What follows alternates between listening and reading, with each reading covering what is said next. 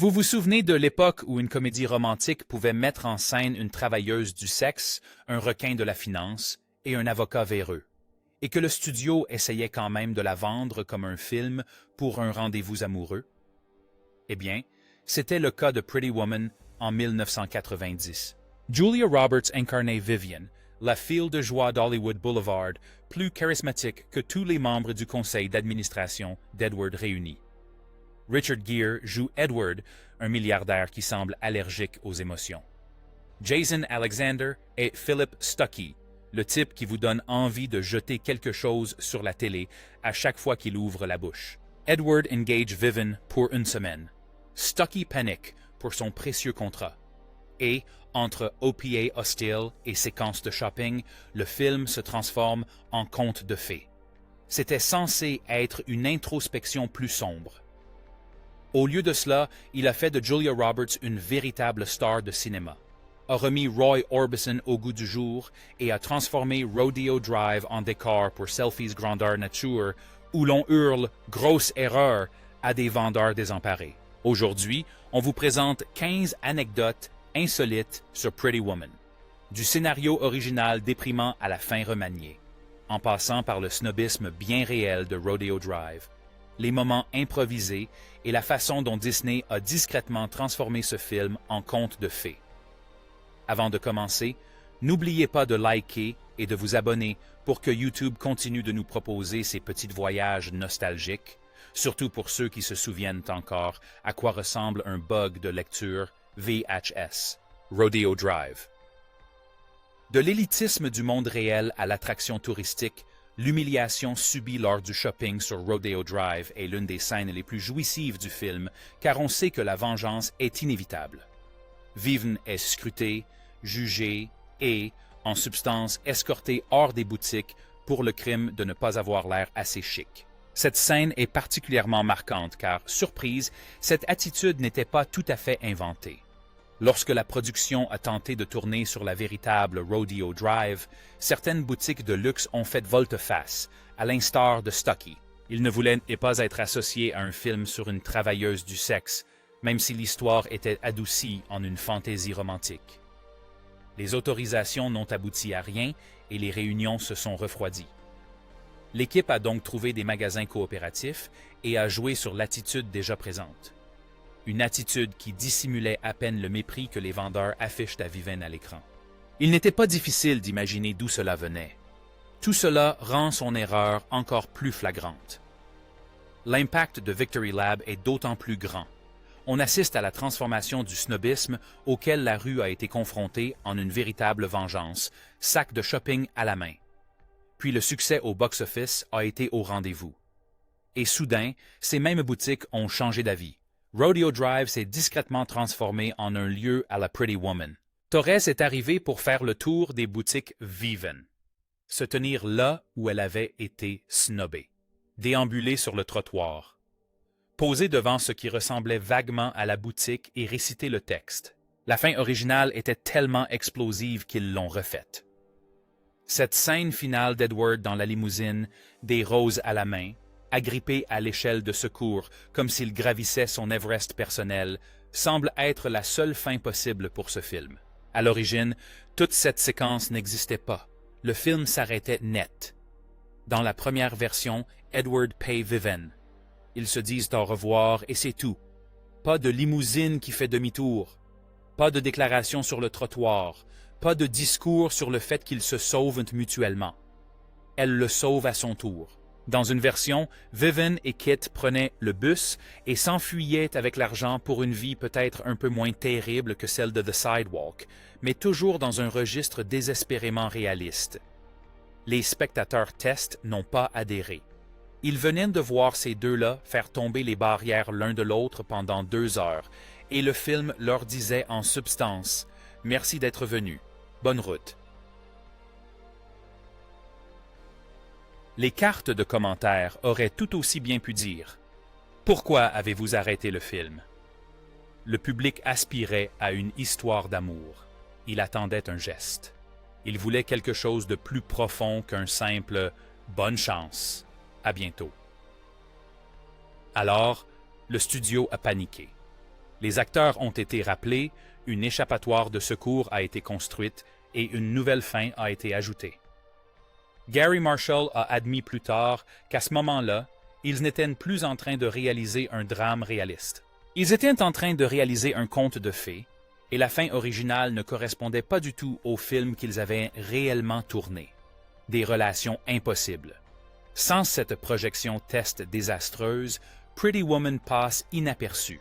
Avec elle, on obtient l'une des fins de comédie romantique les plus rediffusées des années 90, avec le milliardaire terrifié s'accrochant désespérément à Rusty Metal for Love. Julia Roberts n'était pas le premier choix pour le rôle de Vivian. Aujourd'hui, elle l'incarne.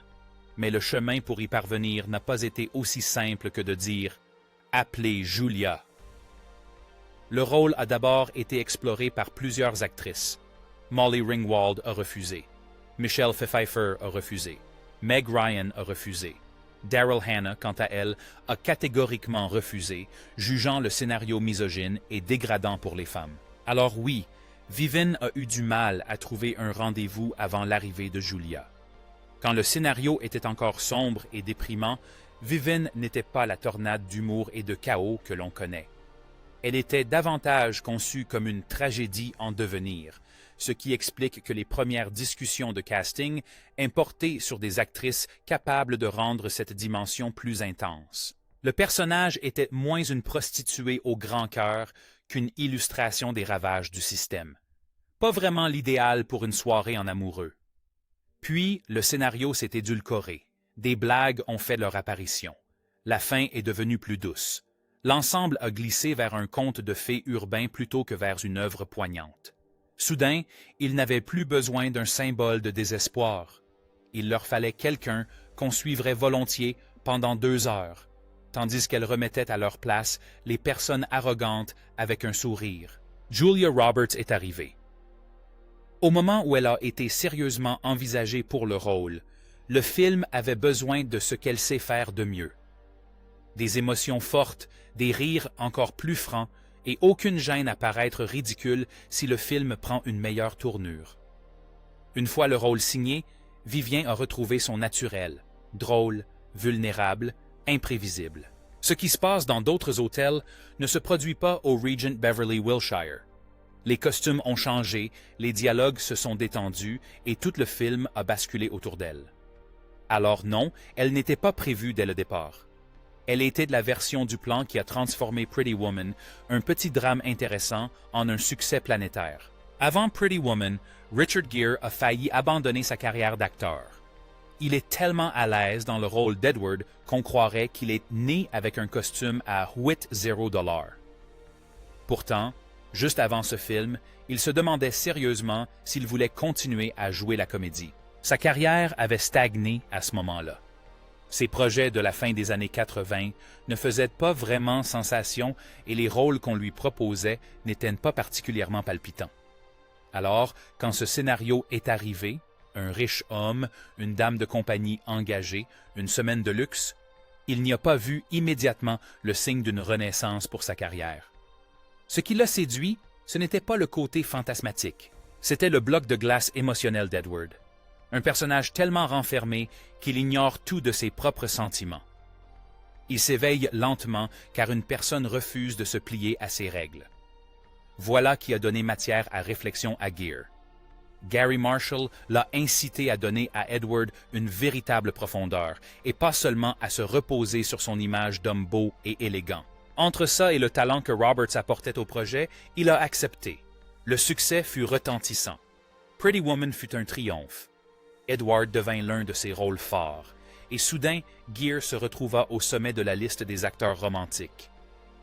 Pas mal pour un rôle qu'il avait failli refuser, tout en faisant mentalement le tri dans sa garde-robe. Le personnage de Stucky, interprété par Jason Alexander, était à l'origine encore plus visqueux.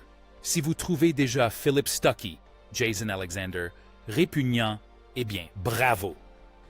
Vous avez raison. Le plus drôle, c'est que cette version est en fait plus édulcorée. Dans les versions plus sombres et antérieures de l'histoire, Stucky se montre encore plus prédateur et cruel. Moins avocat véreux, il devient un exemple édifiant ambulant. Son comportement a fait basculer le récit vers un drame bien plus poignant, du genre qui vous donne envie de consulter un psy plutôt que de vous contenter de popcorn. Lorsque le film a pris une tournure plus romantique qui n'a pas vraiment fonctionné, il leur fallait un méchant, pas un avertissement concernant la présence d'êtres humains. Alors, certaines des scènes les plus désagréables ont été coupées, mais jamais effacées. À l'écran, il reste ce type qui devient menaçant dès qu'il pense que Viven est en train de saboter son plan parfait. Vous savez, rire, ce n'est pas chez soi, c'est une chambre d'hôtel. Et, vous n'êtes pas une petite femme, vous êtes une prostituée. C'est toujours volontairement très gênant, mais ça ne fait pas sortir le film de son registre de contes de fées. Alexander l'interprète à la perfection. Habile et manipulateur avec les clients, il se révèle cruel dès qu'il pense être seul. C'est exactement le genre d'homme que Viven a évité toute sa vie, et la cible idéale pour qu'Edward lui foute enfin un coup de poing. Il fallait un méchant qu'on n'aurait pas de scrupules à détester. Mission accomplie. La scène de l'opéra a été choisie pour refléter la relation entre Vivien et Edward. Elle ressemble à la scène classique, où un riche fait étalage de sa culture. Mais ils n'ont pas simplement choisi l'opéra qui se trouvait à l'affiche ce soir-là. Ce choix était motivé par la volonté de faire écho à la relation complexe entre Vivien et Edward. Vivien, assise là dans sa robe rouge, regarde l'histoire d'une femme venue d'un autre monde, entraînée dans une vie qu'elle n'aurait jamais dû connaître. Elle réagit comme n'importe qui. Pas d'applaudissements polis, juste une véritable crise d'émotion dans sa loge VIP. Pendant ce temps, Edward ne regarde pas vraiment la scène, il la regarde, elle. Ce choix souligne subtilement la tournure qu'a prise le film à ce stade. On n'est plus dans le réalisme cru. Edward se débat avec ce que signifie être celui qui se trouve de l'autre côté de ce marché. Nul besoin de connaître l'intrigue de l'opéra pour le ressentir. Mais une fois qu'on la connaît, toute la scène prend son sens. Ce n'est pas simplement une soirée mondaine. C'est le film qui nous fait un clin d'œil et nous dit « Oui, nous savons parfaitement quel genre de conte de fées nous racontons. La robe rouge et le coffret à bijoux. » Deux moments qui ont failli ne jamais avoir lieu. La robe rouge, c'est l'image emblématique de Pretty Woman.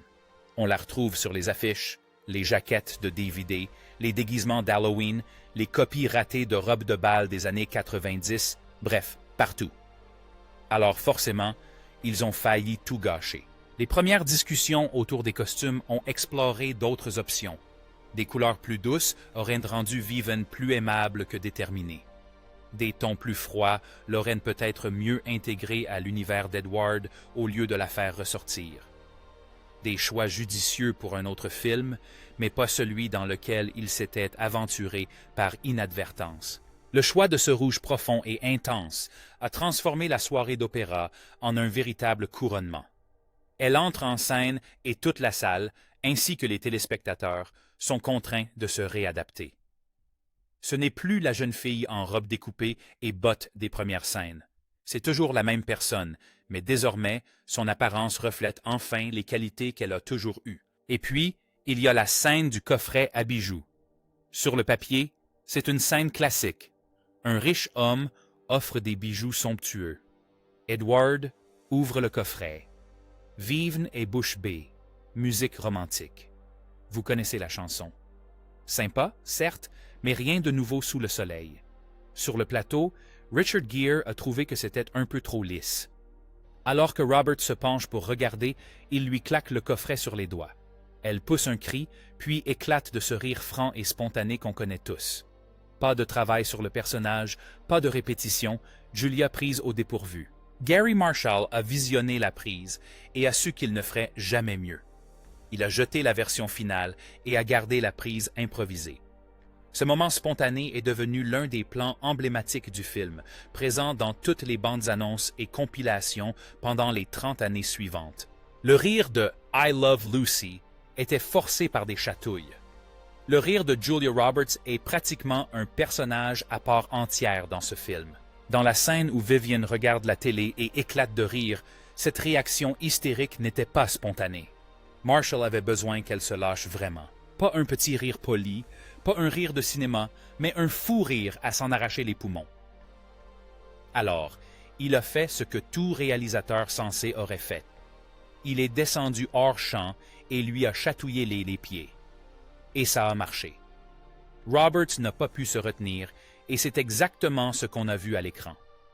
Vous ne regardez pas Vivian rire comme dans I Love Lucy. Vous regardez Julia Roberts se retenir de donner un coup de pied au visage de son réalisateur. Parfois, les meilleures performances naissent de moments d'émotion authentiques. D'autres fois, elles sont le fruit d'un homme adulte qui s'attaque aux pieds de son actrice principale comme un oncle dérangé à Thanksgiving. Nous sommes à mi-chemin de ce compte à rebours. Et si vous regardez encore, je parie que Pretty Woman a figuré au moins une fois dans votre vie, sur une cassette VHS, un DVD ou dans votre liste de lecture en streaming. Alors, dites-moi dans les commentaires comment vous l'avez découvert. Vous l'avez loué au vidéoclub? Vous l'avez enregistré à la télé? Ou vous zappiez en pleine nuit? Et pendant que vous y êtes, n'hésitez pas à liker et à vous abonner pour qu'on puisse continuer à partager nos souvenirs de cinéma. Le directeur de l'hôtel n'était pas censé être le bonhomme protecteur de Vivian. Barney, le directeur, aurait très bien pu être celui qui passe tout le film à essayer de mettre Vivian à la porte. Au lieu de cela, il devient discrètement celui qui veille à ce qu'elle reste. Et cette évolution n'était pas prévue au départ. Dans le scénario, il apparaît d'abord comme un gardien courtois. Il gère l'établissement, fait respecter les règles, s'assure du bien-être des clients fortunés et considère toute personne qui ne correspond pas au profil comme un problème potentiel. Vous avez sûrement vu ce type dans une centaine de films. Vous ne vous souvenez juste jamais de son nom, mais Gary Marshall avait un atout secret, Hector Elizondo. Les deux hommes se sont rencontrés sur un terrain de basket en 1979, lorsqu'Elizondo a accidentellement touché Marshall au visage avec une mauvaise passe. La réaction de Marshall: « C'est une mauvaise passe, mais vous êtes un acteur formidable. J'ai un film pour vous. » À partir de ce moment, Elizondo a figuré dans tous les films réalisés par Marshall. Les Dick Sweat, de Young Doctors in Love en 1982 à Mother's Day en 2016, Marshall savait exactement ce qu'Elizondo pouvait apporter à un rôle comme celui de Barney, et Elizondo a été à la hauteur. Il l'a interprété avec calme, bienveillance et une pointe d'amusement face à la situation, ce qui a rendu l'histoire plus efficace. Au lieu d'être un obstacle de plus à surmonter, il devient l'initié qui décide que Vivian mérite sa chance. Il l'aide à maîtriser les usages, à gérer le personnel et à éviter les pièges sans jamais la prendre de haut. Au montage final, il est en quelque sorte son bonhomme de chance. Elizondo ne fait pas apparaître une robe par magie, mais il ouvre des portes qui auraient dû rester fermées et veille à ce qu'elle les franchisse avec assurance. Dans un film où tout le monde juge Vivian au premier coup d'œil, Barney est l'un des rares à prendre le temps de regarder à nouveau. Oh, Pretty Woman de Roy Orbison a connu une seconde jeunesse. Roy Orbison ne s'est pas réveillé en 1990 avec le besoin d'un tube. Oh, Pretty Woman était déjà un classique, mais le film a offert à la chanson un retour en force inattendu. Voici l'ironie discrète. Les paroles originales d'Orbison parlent d'un homme qui regarde une femme passer en espérant qu'elle se retourne. C'est du harcèlement de rue sur un riff de guitare percutant. Le film reprend cette même chanson et la transforme en hymne à la libération. Vivian se pavane dans Hollywood comme si elle était chez elle. Une chanson qui parle de désir se transforme soudain en chanson sur le devenir. Le titre du film, intégré directement au morceau, les lie indissolublement. Dès les premières notes, on comprend instantanément dans quel univers on a mis les pieds. Ce n'est pas un drame sérieux sur le capitalisme moderne, mais ça promet d'être divertissant.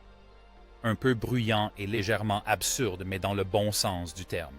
Dès que le film a connu le succès, la chanson a suivi le mouvement. La radio l'a remise au goût du jour.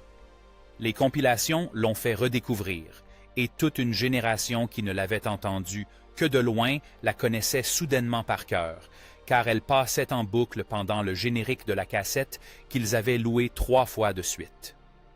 Aujourd'hui, Impossible de dissocier les deux, n'est-ce pas? Dès qu'on entend cette guitare introductive, on ne pense plus seulement au rock des années 60. Vous voyez Viven, avec ses bottes et cette perruque, incarner une version d'Hollywood que le narrateur de la chanson ne pouvait qu'observer depuis le trottoir. L'affiche est un mensonge. Vous connaissez cette fameuse affiche de Pretty Woman avec Julia Roberts et Richard Gere, tous deux comme sortis d'un magazine? Eh bien, presque rien n'est réel. Prenons Julia. Voilà sa tête. Certes, mais du cou jusqu'en bas, c'est sa doublure, Shelley Michel. Quelqu'un a décidé que le vrai corps de Robert n'était pas assez digne d'une affiche, alors ils ont greffé son visage sur quelqu'un d'autre et l'affaire a été réglée. De la magie hollywoodienne à son apogée. Et puis il y a Richard Gere. Dans le film, ses cheveux sont naturellement gris, presque argentés sous certains éclairages. Quelqu'un a regardé l'affiche promotionnelle et s'est dit « Vous savez quoi? Il faut une nouvelle impression qui ne corresponde en rien à ce que le public verra au cinéma. »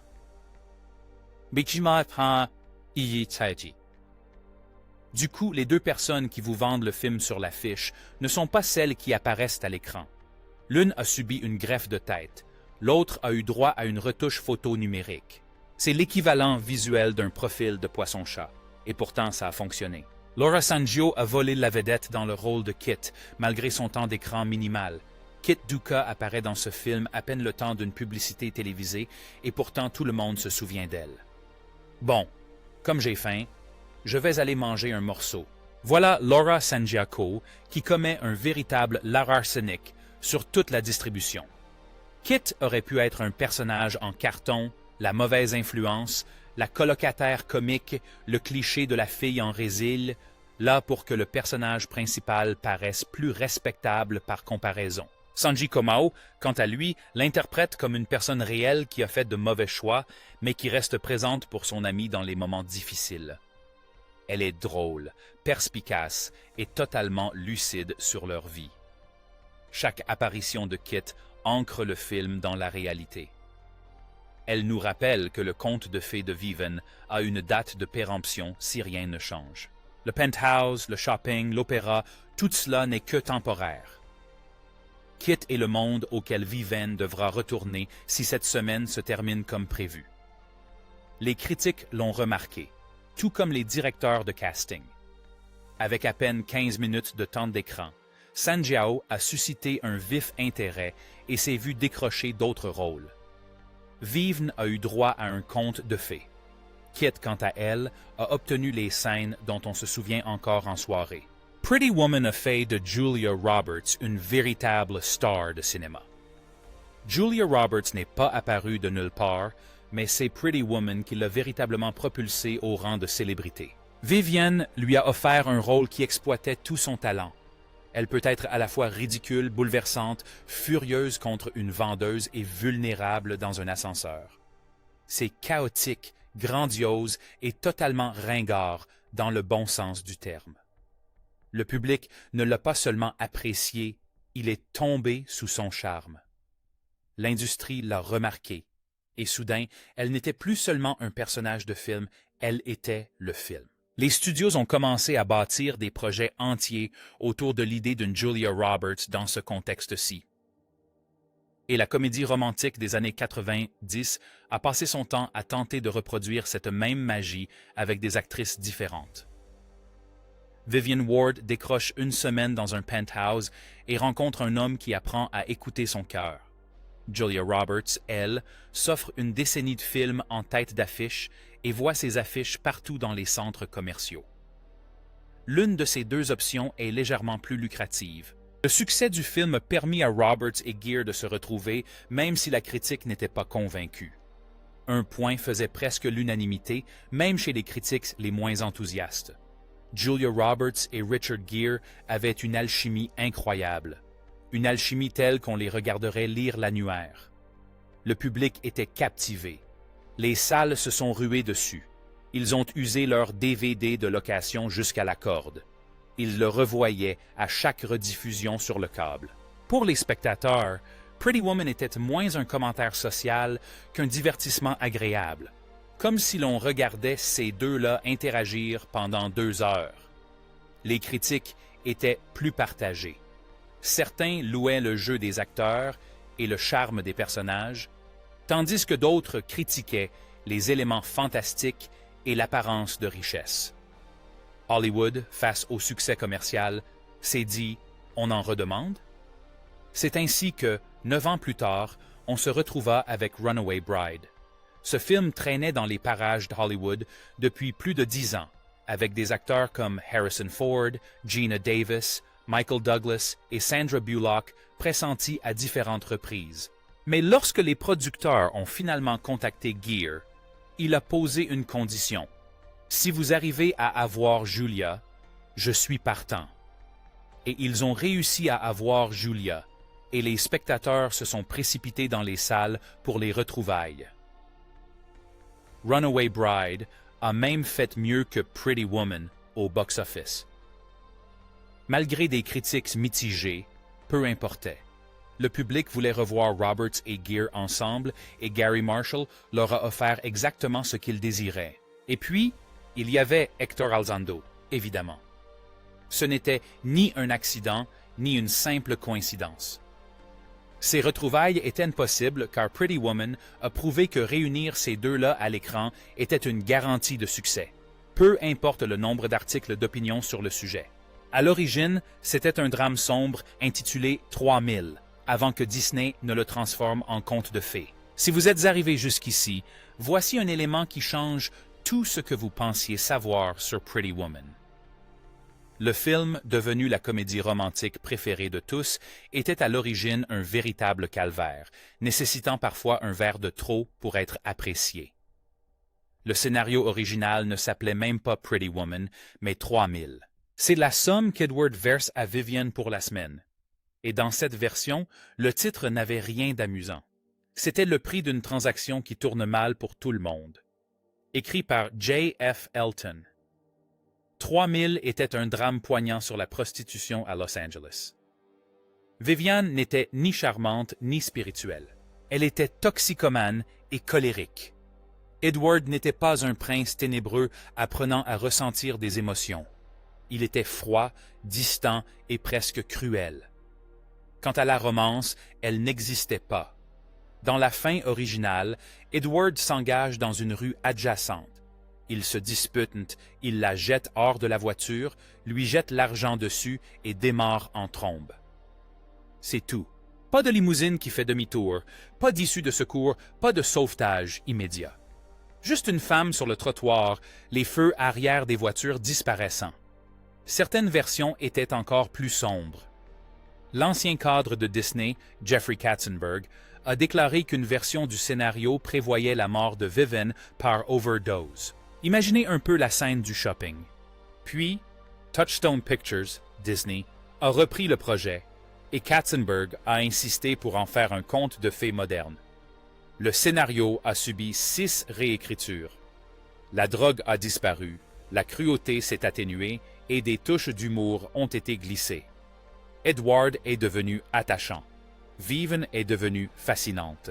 Et soudain, au lieu d'une fable morale, on se retrouvait avec une histoire d'amour. Julia Roberts a décrit plus tard le scénario original comme une histoire vraiment sombre, déprimante et horrible, racontant l'histoire de 2 personnes horribles. Quand elle a appris que le projet avait été confié à Disney, sa première pensée a été « Vont-ils en faire un dessin animé? » Finalement, Gary Marshall a pris les rênes et a créé la version que nous connaissons aujourd'hui, avec Roy Orbison, la chanson Rodeo Drive Revenge et un milliardaire escaladant une structure métallique rouillée pour prouver qu'il a changé. Cette transformation explique pourquoi Pretty Woman est devenu un film qu'on revoit sans cesse, et non plus un film qu'on respecte une fois pour toutes. C'est grâce à elle que Julia Roberts est devenue une star, que Richard Gere a connu une seconde chance et qu'une génération entière a appris que la meilleure réponse à un vendeur arrogant est « grosse erreur ». Énorme. 3000 aurait peut-être été plus réaliste, mais Pretty Woman est devenu un conte de fées. Et ce sont les contes de fées qui restent gravés dans les mémoires. Voilà, vous connaissez maintenant 15 anecdotes surprenantes sur Pretty Woman, le film qui a prouvé que les contes de fées avaient encore leur place en 1990. Quelle anecdote vous a le plus surpris? Partagez-la dans les commentaires. Aimez, abonnez-vous et partagez cette vidéo avec quelqu'un qui a encore des frissons quand Roy Orbison commence à jouer. À la prochaine.